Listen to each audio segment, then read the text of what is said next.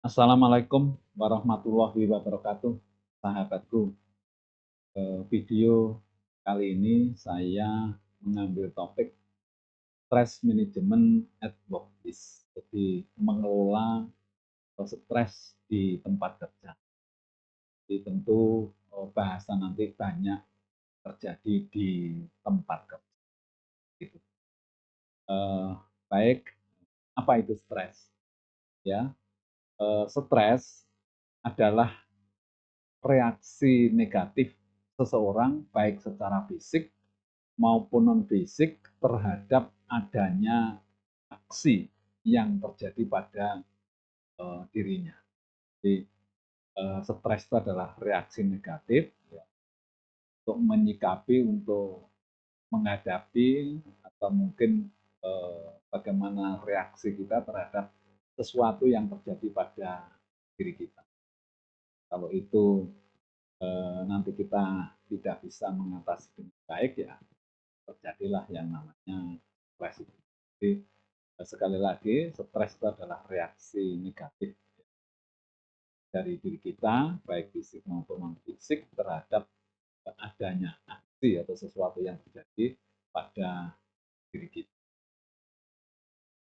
Contoh-contoh ya, ekspresi orang yang stres di tempat kerja ini supaya bisa memberikan gambaran kita sekalian bahwa di antara stres itu kira-kira ya seperti ini yang terjadi.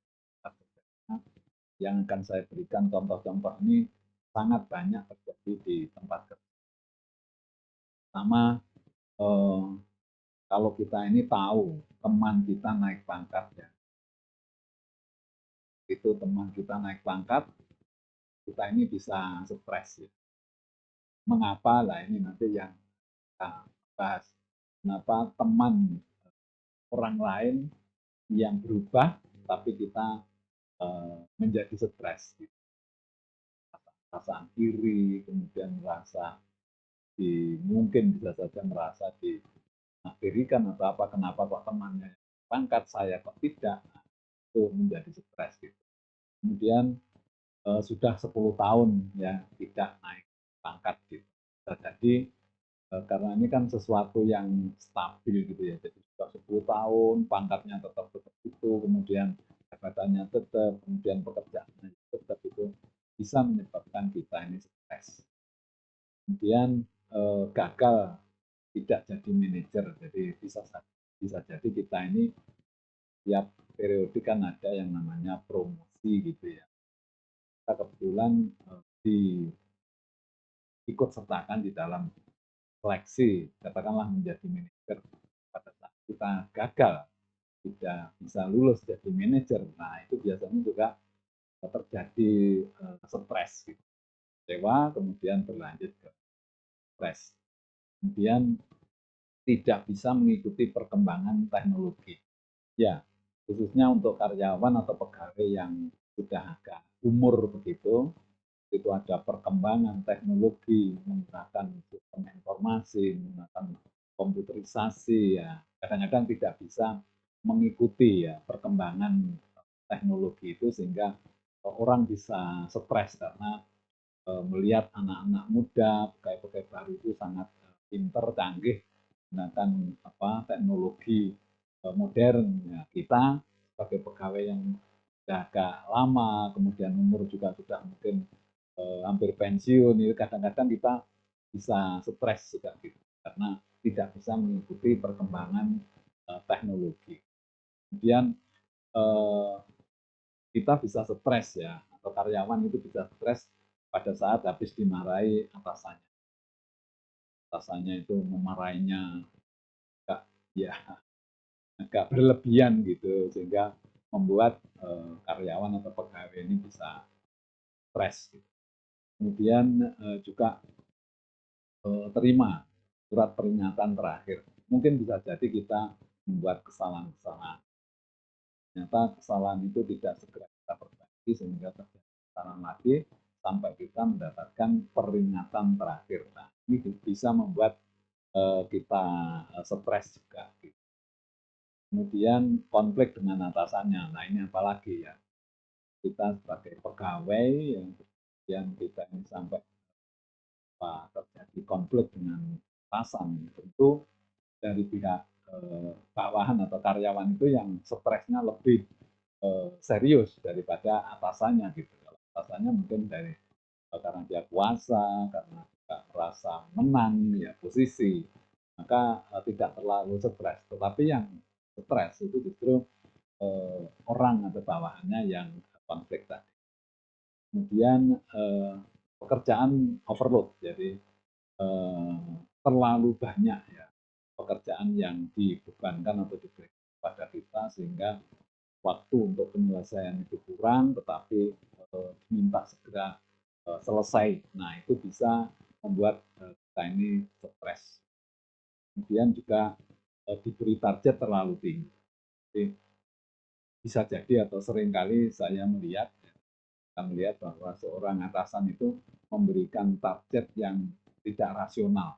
Artinya target itu tidak masuk akal dan mungkin sulit untuk dicapai. Nah, kondisi seperti ini atau target yang terlalu tinggi ini bisa membuat kita ini stres, bisa membuat pegawai atau yang beraktivitas itu menjadi stres karena target-target yang terlalu tinggi sementara kita tidak bisa berbuat apa-apa, menyampaikan saran atau tidak bisa, tapi bisanya hanya menerima. Nah, ini bisa membuat kita ini stres. Ya, kemudian diturunkan pangkatnya. Bisa jadi karena satu kesalahan, satu langkah yang kita ambil itu melanggar aturan, bisa saja pangkat itu diturunkan. Ini juga membuat stres. Kemudian habis terima surat mutasi, ya. Kalau kita ini di perusahaan atau di instansi itu kan sudah biasa ya, mutasi, promosi itu biasa. Tetapi kalau kebetulan mutasi itu tidak sesuai yang kita harapkan, atau mungkin tempatnya jauh dan lebih tidak enak begitu, biasanya juga membuat kita stres. Kemudian ini, kalau tadi kan konflik saja, nah ini bertengkar ya bosnya. Jadi, eh, bisa jadi karena sesuatu hal kita bisa bertengkar dengan bos. Nah, ini kita setelah itu bisa stres kita karena apa? Kita sadar bahwa yang kita ajak bertengkar atau kita bertengkar itu dengan bos yang sangat bisa jadi menentukan gitu, kan karir kita di tempat kerja. Ini bisa stres. Kemudian habis terima surat pensiun ya, tidak semua pegawai atau karyawan itu siap menerima pensiun gitu. Karena pensiun itu ini mungkin khususnya untuk pegawai yang mendapatkan pensiun. Ya, itu saja setelah terima pensiun itu bisa stres karena belum siap. Apalagi kalau karyawan yang belum siap, yang tidak ada pensiunnya itu mungkin tambah stres lagi gitu. Kemudian ini ya, karena sesuatu hal, kesalahan kita atau sesuatu aturan, maka kita kena PHK. Nah, kalau sudah kena PHK ini kan kita belum siap ya, tentu kita bisa stres. Itu contoh-contoh ya, orang itu di tempat kerja bisa stres, itu banyak penyebabnya ya. Jadi sudah saya sampaikan di antaranya. Terus kemudian pertanyaan sekarang, dari mana sumbernya stres itu? Nah, bisa dari diri kita sendiri. Jadi, stres itu bisa dari diri kita sendiri, bisa dari atasan, bisa dari kondisi perubahan yang terjadi ya, secara umum. Jadi kita akan bahas yang pertama itu stres yang disebabkan oleh atau yang datangnya dari diri kita sendiri. Itu kenapa gitu? Jadi yang pertama itu kenyataan tidak sesuai dengan harapan. Jadi yang kita harapkan itu tidak sesuai dengan yang terjadi. Nah, itu bisa membuat kita stres. Kemudian angan-angan kita itu terlalu tinggi gitu. Itu tidak sesuai dengan kemampuan kita. Itu Harusnya kita jangan sampai berangan terlalu tinggi. Gitu. Kemudian tidak bisa menerima perubahan ya. Setiap perubahan itu pasti ada yang diuntungkan, ada yang dirugikan. Itulah perubahan. Nah, kalau kita kebetulan pas diuntungkan, itu tidak masalah. Tetapi begitu kita ini pas tidak diuntungkan, nah itu menjadi penyebab. Kalau kita tidak bisa menyikapi secara positif, maka terjadilah yang namanya stres. Karena stres dari diri kita sendiri karena tidak bisa menyikapi perubahan itu secara positif. Kemudian tidak bisa menerima kestabilan. Artinya kalau yang ketiga ini tadi kan tidak bisa menerima perubahan. Tapi yang keempat ini tidak bisa menerima kestabilan. Jadi situasi yang stabil, ya seperti tadi sudah 10 tahun tidak naik pangkat, itu kan stabil gitu. Selama 10 tahun stabil jabatannya, kemudian pekerjaannya. Nah, itu bisa membuat kita stres juga. Gitu. Kesestabilan ternyata juga membuat kita stres. Kemudian perasaan iri yang membabi kita. Jadi kita ini terlalu menuruti hawa nafsu iri ya, kita sehingga kita tidak bisa menerima keadaan. Kemudian tidak rela melihat orang lain senang. Ternyata stres yang datang dari diri sendiri itu karena sifat kita yang negatif gitu. Seharusnya nanti kita harus ada cara bagaimana untuk mengatasi ya. Jadi orang stres yang karena diri sendiri itu karena memang sikapnya itu negatif gitu. Ya memang mudah stres gitu. Kemudian yang terakhir mungkin memang pikiran kita itu setelannya stres gitu ya. Jadi maksudnya begini, ada orang-orang atau pegawai karyawan itu yang memang sangat mudah sekali stres dan dia stres itu dengan sadar bahwa dia merasakan stres, tetapi tidak segera mencari jalan keluarnya. Jadi contoh saja dia sering stres kalau ada temannya naik pangkat gitu. Tetapi dia sadar kalau dia ini stres. Cuma dia tidak segera untuk mengelola. Ya. Jadi stres itu dipelihara. Gitu. Jadi saya katakan bahwa setelan pikirannya itu memang untuk stres gitu. Sehingga orang seperti ini pasti banyak menderita hidupnya. Baik, ini adalah penyebab atau datangnya stres dari diri kita sendiri. Nah, sekarang stres yang datangnya atau penyebabnya dari pihak atasan gitu. Yang pertama, pimpinannya tidak bisa mengendalikan emosi. Ya, jadi pimpinannya itu selalu mengedepankan emosinya, tidak bisa mengendalikan, ya, kemudian dia suka marah-marah gitu. Itu yang membuat para karyawan pegawai itu menjadi stres gitu. Kemudian memberikan perintah dan teguran secara kasar ya.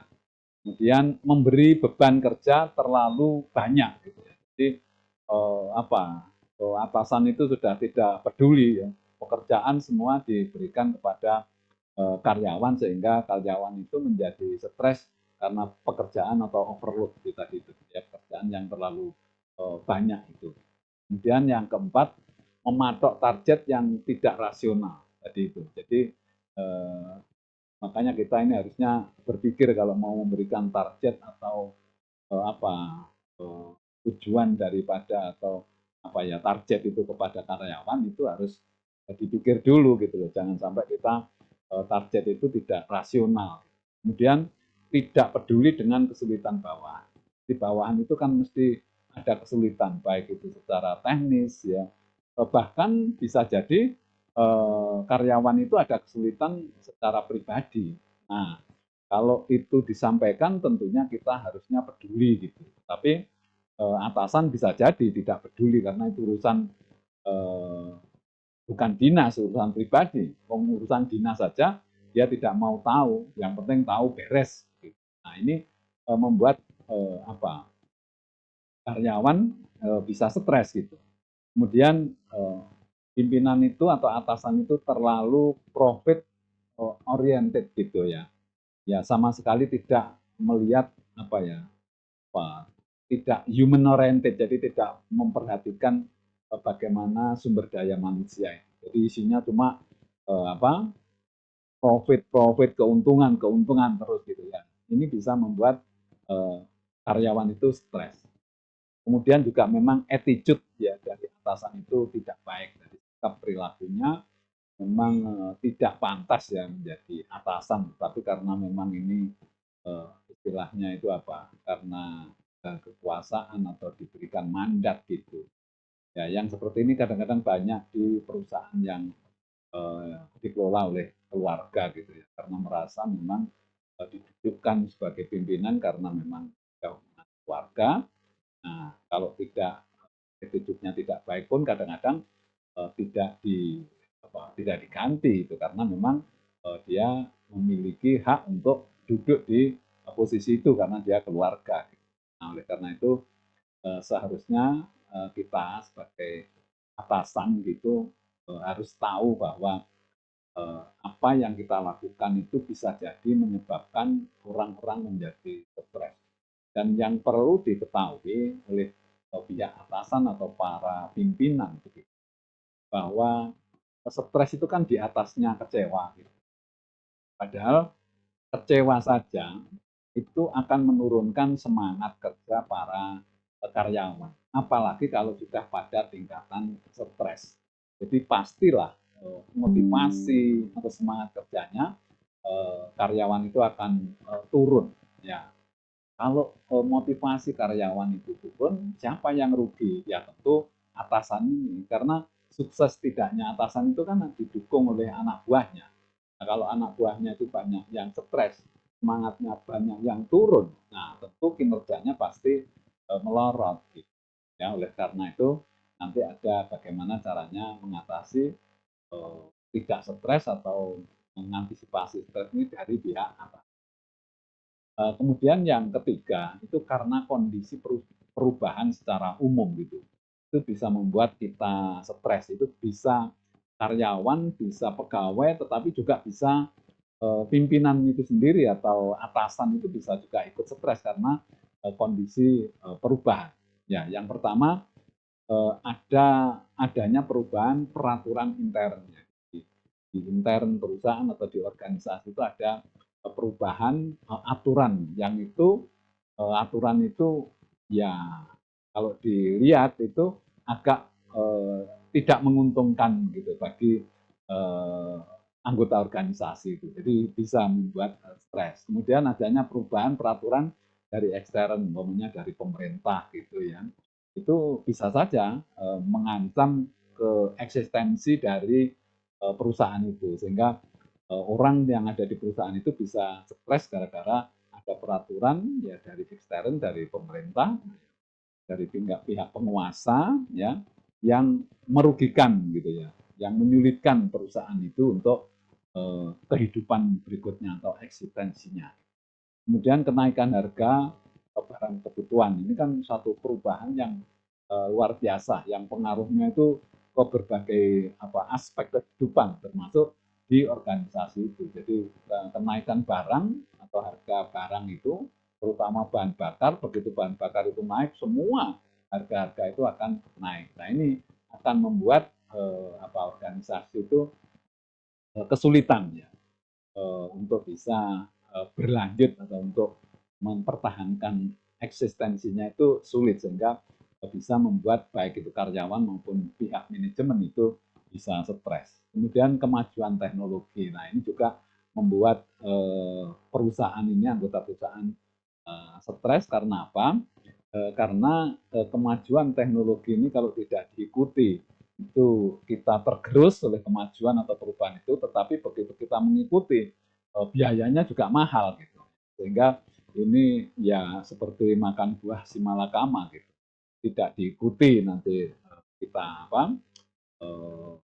mundur atau mungkin juga bisa bangkrut, tapi begitu kita mau mengikuti biayanya juga mahal, mungkin modalnya tidak ada. Ini juga bisa membuat stres gitu. Kemudian persaingan yang ketat ya.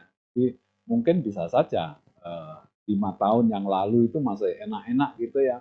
Tapi begitu perkembangan perubahan zaman gitu ya, sehingga banyak orang yang memproduksi atau mendirikan organisasi atau perusahaan yang produknya sama. Nah, ini menjadi pesaing. Nah, biasanya perusahaan-perusahaan yang baru tumbuh itu tingkat efisiensinya lebih tinggi sehingga dia bisa harganya bisa bersaing produknya itu. Sehingga kita bisa stres karena persaingan yang ketat ini. Kemudian yang keenam, yang terakhir ini kelangsungan eksistensi. Jadi secara keseluruhan karena perubahan-perubahan yang terjadi, kemajuan zaman dan lain sebagainya, itu secara umum itu kita harus berpikir tentang kelangsungan eksistensi. Ya.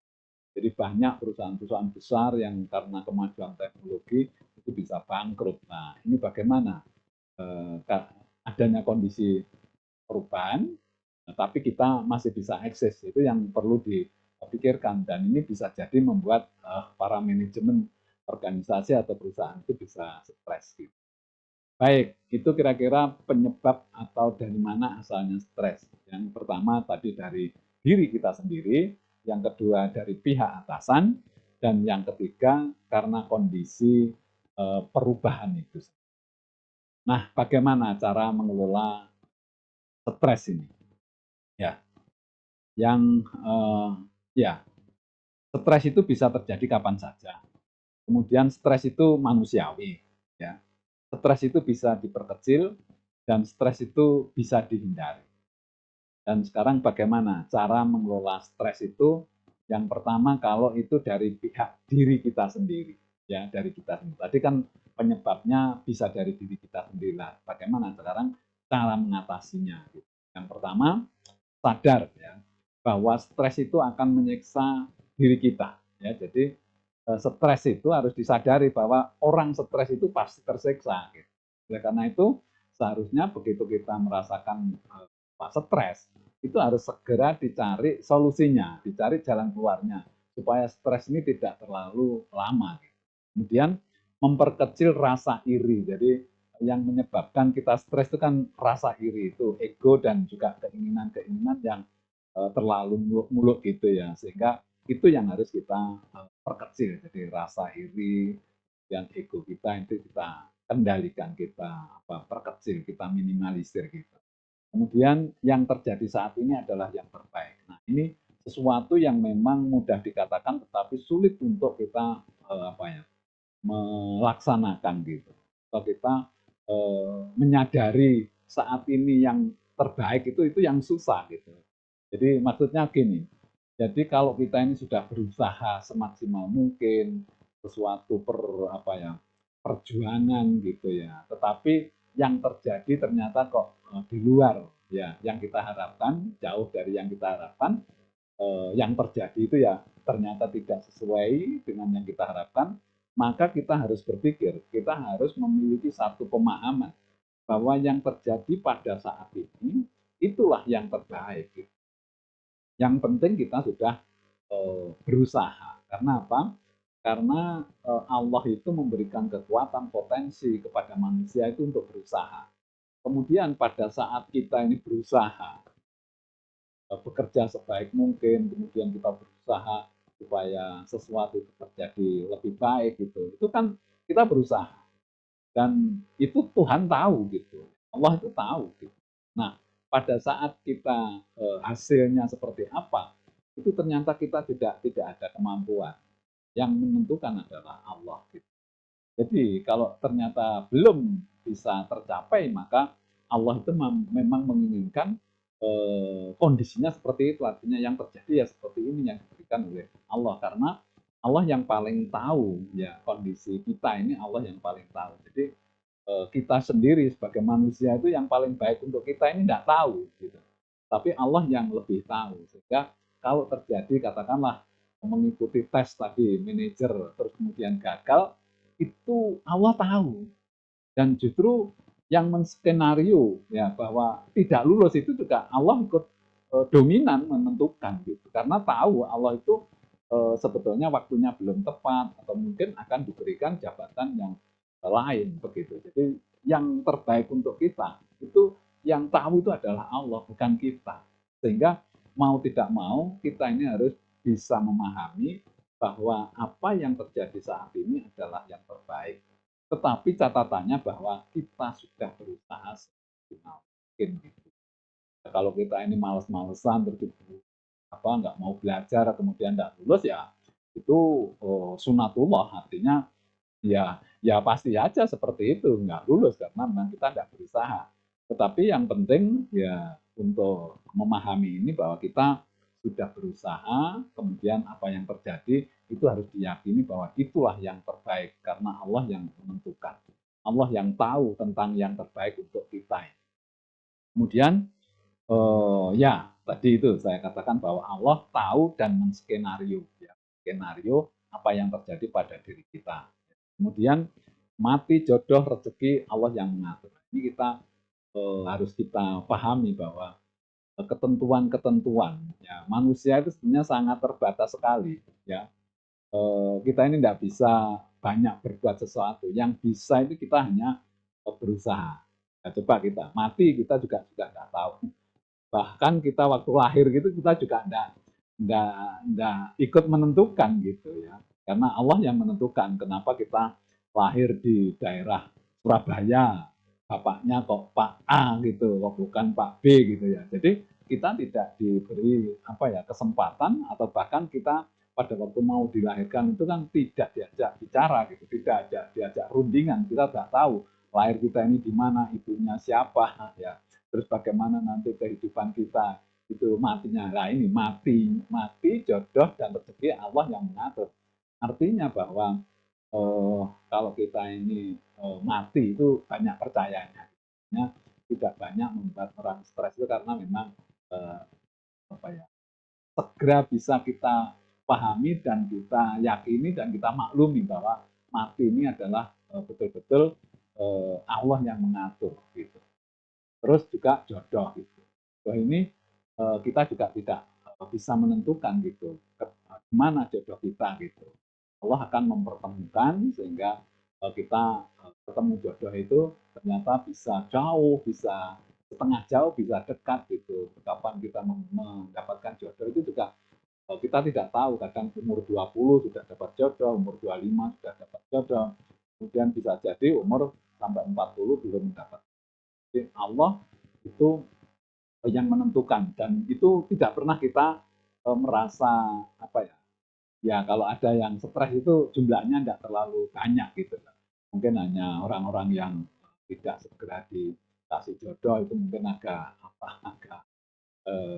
kecewa, stres gitu. Tapi karena keyakinannya tinggi terhadap bahwa jodoh itu Allah yang mengatur, biasanya juga bisa dikendalikan gitu. Ya, jadi mati jodoh itu mudah kita untuk bisa memahami dan memaklumi. Yang sulit itu kan rezeki.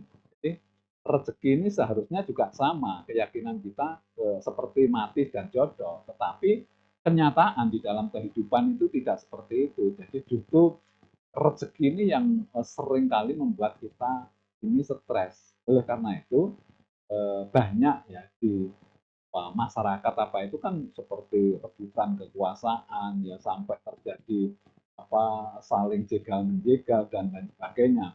Masalah-masalah yang muncul di masyarakat itu kan karena rebutan rezeki ini. Ya, itu tandanya bahwa kita ini tidak yakin. Nah, sekarang ini harusnya supaya kita ini tidak gampang stres terkait dengan mati jodoh dan rezeki.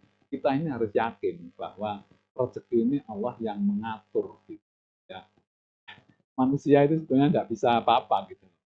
Jadi tadi saya contohkan mulai dari kita lahir sampai nanti kita mati itu kita tidak diajak rundingan gitu. Jadi semua adalah kehendak Allah gitu. Ya. Sehingga untuk rezeki yang sering kali membuat kita stres itu harus kita yakini ya bahwa rezeki ini Allah yang mengatur gitu. Supaya kita tidak gampang stres gitu. Kemudian berusaha ya bekerja dengan sebaik mungkin. Jadi untuk bisa mengurangi rasa atau menghilangkan rasa stres itu memang kalau kita ini berusaha gitu. Berusaha bekerja dengan baik, nanti hasilnya kita serahkan kepada Allah Subhanahu wa taala. Itu yang penting itu kita ini manusia untuk berusaha ya. Bekerja sebaik mungkin, berusaha sebaik mungkin atau semaksimal mungkin. Hasil kita yakini bahwa Allah yang akan memberi. Kemudian tidak perasa ya. Jadi Orang stres itu kan karena seringkali orangnya itu perasa dan mudah tersinggung gitu.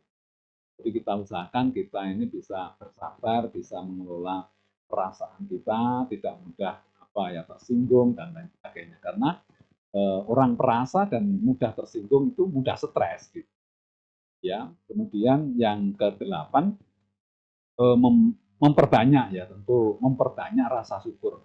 Jadi, untuk bisa kita menghilangkan stres itu ya ini kalau saya katakan ramuan kapsul ramuan gitu ya. Jadi memperbanyak rasa syukur, kemudian kita sabar, kalau Islam ya sholat gitu, merapat kepada Allah. Jadi kita lebih mendekatkan diri kepada Allah, menyerahkan semua hasil atau nasib kita, takdir kita kepada Allah. Yang penting kita tadi berusaha.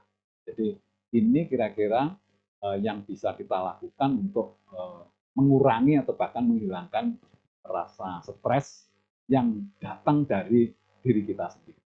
Sekarang upaya apa ya supaya mengurangi stres itu yang datangnya dari pimpinan yang harus diupayakan oleh pimpinan atau atasan kita. Yang pertama, sadar bahwa tindakan kasar bisa membuat stres.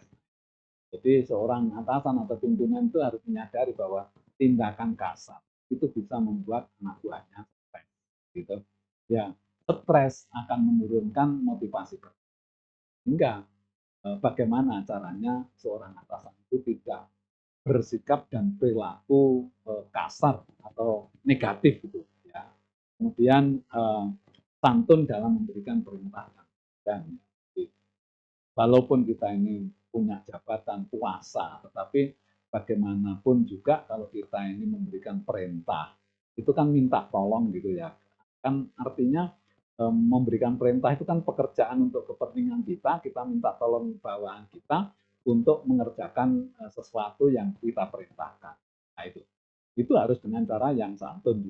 Kemudian kalau bawahan kita ini tidak mengerjakan sesuai dengan kita harapkan atau kita minta, itu kan mesti kita akan menegur, ya, nasihati, kemudian membetulkan. Itu pun dengan cara yang santun gitu. Supaya apa? Supaya anak buah kita tidak. Kemudian hindari konflik dengan bawahan. Jadi atasan ini memiliki kewenangan, kekuasaan, dan berinisiatif untuk bagaimana caranya menghindari konflik dengan bawahan. Karena begitu kita terjadi konflik karena sikap dan perilaku kita yang terlalu kasar, maka bawahan itu pasti nanti akan stres. Nah, kalau stres dia semangatnya turun. Nah, kalau turun kinerjanya turun, maka kita akan kesulitan sendiri. Ya, oleh karena itu seorang atasan harus berusaha untuk tidak ya terjadi konflik dengan bawahan. Kemudian kendalikan saat marah. Ya, memang seorang pimpinan itu akan sangat mudah marah karena dia punya kekuasaan gitu. Nafsu marahnya itu bisa lebih berkembang karena punya jabatan, punya kekuasaan.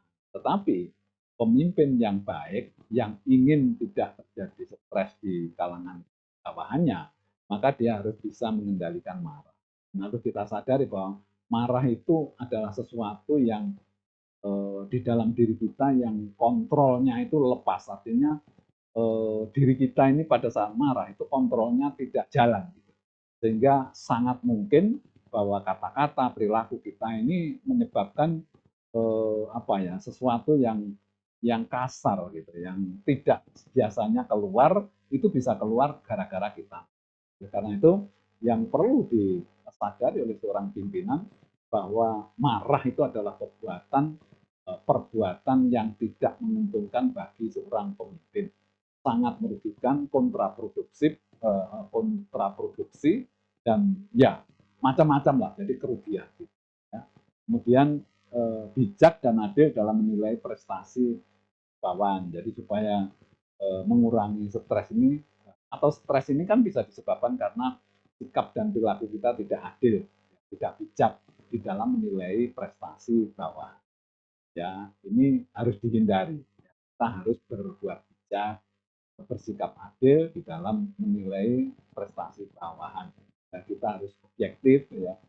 Hubungan-hubungan secara subjektivitas itu harus kita hilangkan pada saat kita menilai mencapai prestasi bawah. Sehingga suasana menjadi kondusif, ya, sehingga mengurangi rasa stres. Kemudian kita memberikan nasihat yang konstruktif. Jadi jika terjadi sesuatu yang memang tidak sesuai dengan yang diharapkan oleh pimpinan itu, maka kita harus memberikan nasihat yang konstruktif. Jadi jangan hanya bisanya marah-marah saja, ya, kemudian menyalahkan bawahannya saja, padahal kita ini mungkin bisa jadi anak buah kita berbuat salah itu karena kesalahan kita, karena kita belum memberikan nasihat yang konstruktif gitu. Kemudian harus sering diadakan training, maksudnya training itu bisa teknis, bisa non teknis. Justru kalau training teknis itu banyak dilakukan, tetapi training yang non teknis ini yang seringkali tidak mendapatkan perhatian gitu. Ya seolah-olah kalau secara teknis sudah oke, maka non teknisnya tidak masalah. Justru stres, ya, kemudian motivasi kerja, slowdown dan lain sebagainya, ya, kemudian sikap-sikap yang negatif itu kan karena non teknis tadi yang tidak pernah atau jarang diberikan di dalam training-training, sehingga bawahan atau karyawan itu tidak terlalu paham bagaimana dia harus bersikap yang baik gitu. Ya. Ini harus sering diadakan dan itu harus seimbang antara teknis dengan non teknis. Ya. Non teknis itu soft skill, ya. Kalau teknis itu biasanya hard skill gitu ya. Sehingga harus seimbang. Jadi jangan hard skill saja, non teknisnya tidak pernah diurusi gitu ya. Karena apa? Karena sukses di tempat kerja sebetulnya 80% itu dipengaruhi oleh non fisik atau non fisik tadi itu ya, yang soft skill tadi, non teknis tadi. Kemudian terakhir, ingat ya, orang pimpinan harus selalu ingat, sukses pimpinan itu karena dukungan. Sukses pimpinan karena dukungan bawah. Itu bagaimana caranya supaya bawahan itu ya memiliki semangat yang tinggi mendukung kita. Gitu. Nah, itu harus diupayakan supaya bagaimana mereka tidak gampang stres atau semangatnya itu tidak gampang. Nah, kalau semangatnya turun, tentu kinerjanya turun, maka kita sebagai pimpinan bisa saja tidak bisa mencapai target yang sudah ditentukan. Itu kira-kira hal-hal yang perlu dipikirkan atau dilakukan supaya bisa untuk mengatasi, mengurangi dan bahkan menghindari terjadinya stres di tempat kerja. Nah, sekarang bagaimana cara menyikapi perubahan supaya kita ini tidak gampang stres? Karena apa? Karena ternyata perubahan itu bisa jadi tidak kita sadari, tahu-tahu ada perubahan. Nah, yang pertama itu ya pihak manajemen yang harus banyak berperan. Artinya kalau terjadi satu perubahan itu, bagaimana manajemen itu mengatasi perubahan, termasuk memberikan sosialisasi ya. Jadi berikan penjelasan tentang perkembangan situasi ya karena terjadinya perubahan-perubahan. Nah, para bawahan atau karyawan, pegawai itu seringkali perubahan terjadi ini bagaimana hubungannya secara langsung terhadap perusahaan kan belum begitu jelas lah. Dia hanya khawatir dan bisa stres. Nah, karena itu kalau ada satu perubahan yang cukup signifikan yang berpengaruh terhadap organisasi, ya manajemen harus memberikan penjelasan gitu perkembangan situasi. Terus kemudian harus juga mencarikan solusi yang terbaik gitu. Yang terbaik itu bahwa ya karyawan itu tidak dirugikan. Apalagi kalau sampai dengan mengurangi fasilitas untuk karyawan, maka sosialisasinya, kemudian diberikan pemahaman sampai alternatif yang dipilih memang harus seperti itu. Nah, supaya karyawan itu paham gitu. Kemudian usahakan membuat suasana kondusif ya. Itu dengan tadi itu pemahaman-pemahaman, memberikan sosialisasi dan sebagainya. Kemudian melakukan perubahan secara bijak. Maksudnya kita mengatasi perubahan itu kan dengan perubahan juga. Jadi kalau terjadi perubahan, untuk menyikapi perubahan, untuk mengatasi perubahan, itu ya harus dengan perubahan. Nah, kita pasti membuat satu perubahan untuk mengatasi perubahan. Karena itu harus dilakukan secara bijak, maksudnya dipertimbangkan dari berbagai aspek, ya, dan saya menyarankan gitu. Jadi untuk urusan yang menyangkut dengan SDM, kalau toh harus mengurangi fasilitas itu adalah alternatif yang terakhir. Kalau alternatif yang lain itu sudah tidak bisa lagi dilakukan, maka baru ke SDM. Kemudian mengajak bersikap kreatif dan inovatif, sehingga kan kita ini seringkali tidak siap dengan perubahan karena kita tidak memiliki daya kreatif dan inovatif yang bisa mengantisipasi terjadinya perubahan. Oleh karena itu, para karyawan pegawai itu harus diajak bersikap berpikir kreatif dan inovatif gitu. Kemudian kita, jadi terutama pihak manajemen itu harus berpikir jauh ke depan, 5-10 tahun lagi itu kira-kira terjadi perubahan apa, nah itu sudah diantisipasi. Jadi ini kira-kira bagaimana kita menyikapi perubahan supaya kita tidak mengalami stres. Nah, kesimpulannya, yang pertama, stres itu bisa terjadi kapan saja. Ya. Kita harus mampu mengendalikan diri kita.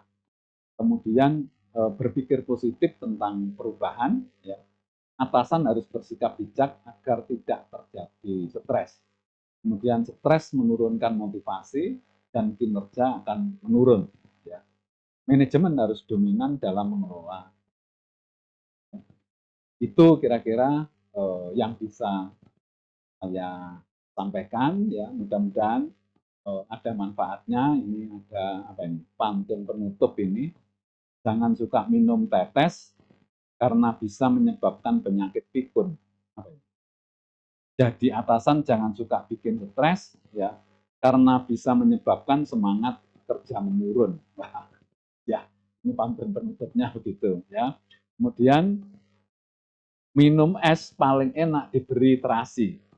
Burung gagak suka memakan kue bakpia.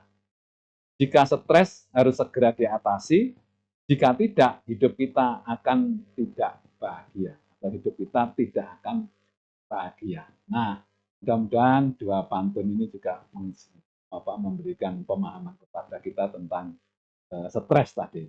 Ya, sahabatku, terima kasih. Semoga bermanfaat. Ya, saya akhiri. Wassalamualaikum warahmatullahi wabarakatuh.